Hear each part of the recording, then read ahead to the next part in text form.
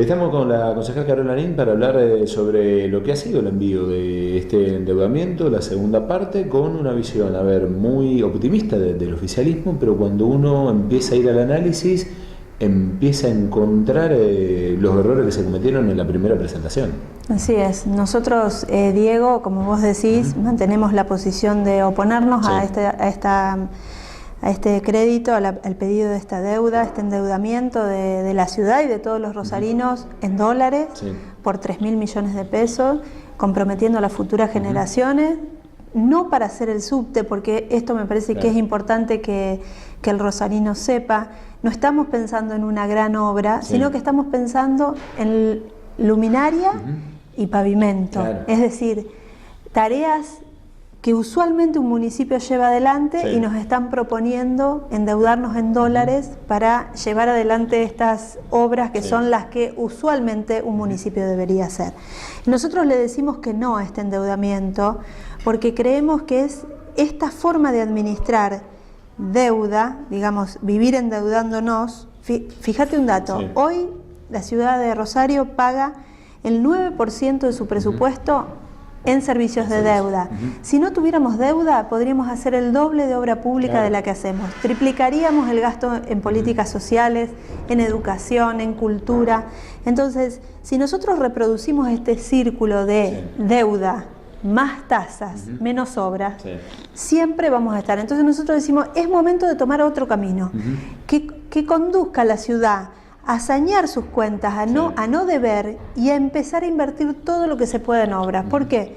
Porque este círculo defectuoso que nos lleva a más deuda, más tasa, menos obra, tenemos que romperlo con decisiones. Por eso no estamos dispuestos de ninguna manera a votar este endeudamiento. Bueno, me parece que esa decisión termina por faltar porque vos hacías referencia, no corre para lo del subte. Una Rosario que te está pidiendo cambios estructurales, obras que sean estructurales. Nos seguimos quedando con la discusión de lo cotidiano, de hacer algo normal, que sería obras que tendrían que ya de por sí estar hechas. El pavimento y la luminaria están muy bien, la ciudad necesita pavimento y necesita luminaria, pero eso es un gasto usual de cualquier municipio. No podemos estar pidiendo dólares con intereses a pagar a largo plazo por 1/3 de nuestro presupuesto para hacer lo que usualmente un municipio hace. Entonces nos parece que ahí está la falencia. La falencia está en estar de alguna manera certificando el rumbo con este endeudamiento, porque si le dijéramos que sí, estaríamos diciéndole que sí a una forma de administrar los recursos que no estamos de acuerdo. Creo que necesitamos construir un Estado austero, un Estado no endeudado y un Estado verdaderamente ocupado de los problemas. Ese Estado no tiene deuda y lo que destina efectivamente a obra pública lo gasta y lo ejecuta. Nosotros tenemos niveles de subejecución muy grandes de la obra pública en la ciudad. O sea, si hay recursos aparentemente y no hacen la obra pública, es porque esos recursos los necesitan para otra cosa. Los debían para pagar gastos corrientes y siempre nos hace falta la plata para las obras. Entonces ahí está el problema. Me parece que es ahí donde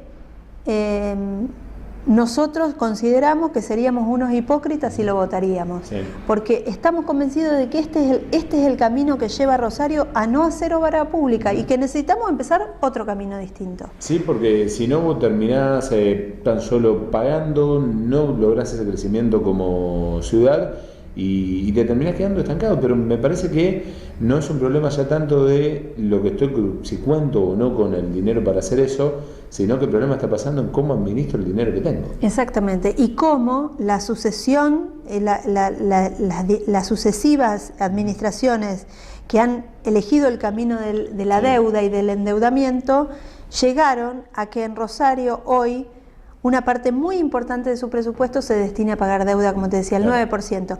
Mirá, para que vos te des una idea, del 2003 al 2017 creció el 14.000% lo que significa el pago de la deuda dentro del presupuesto. Entonces, tenemos un crecimiento exponencial de lo que tenemos en deuda. No tenemos las obras hechas, porque si necesitamos hacer 1.000 cuadras de pavimento es porque no hemos hecho anualmente las cuadras que se requerían. ¿Por qué no las hicimos? No las hicimos porque el primer gasto que se posterga en una administración es el de la obra, porque los sueldos no los puedo dejar de pagar y porque los insumos para los centros de salud no los puedo dejar de comprar. Entonces, cuando yo veo lo que tengo y veo lo que tengo que pagar, ¿qué hago?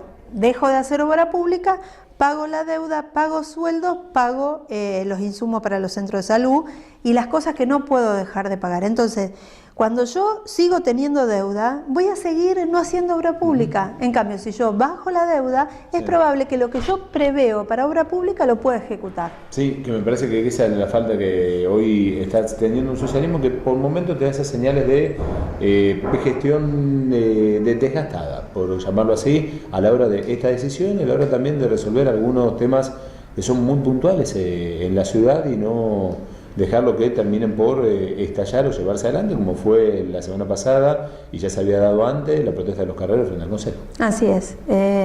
Nosotros en esto tenemos una posición, creo que hay una ordenanza, la ordenanza se tiene que cumplir y acá lo que hace falta no es un cambio de legislación, sino que efectivamente esta legislación se cumpla. Es una legislación para que los vecinos sepan que tiene 7 años y que durante estos 7 años no se ha podido, el Ejecutivo Municipal no ha podido resolver el problema de muchas de estas familias, porque no es que han quedado, por lo que se ve, solo 2 o 3 problemas aislados, sino que son varios los carreros que vienen a manifestarse al Consejo y a la Municipalidad, y acá lo que falta es una gestión que dé respuestas, ¿no? Porque, vuelvo a insistir, no se trata de cambiar la ordenanza, se trata de ver cómo se resuelve la situación de estas familias que necesitan una asistencia del Estado y una ayuda y un acompañamiento. A veces será con capacitación, con educación, con ayuda financiera, porque muchos nos plantean, la verdad, nosotros vivimos de lo que recolectamos con el caballo.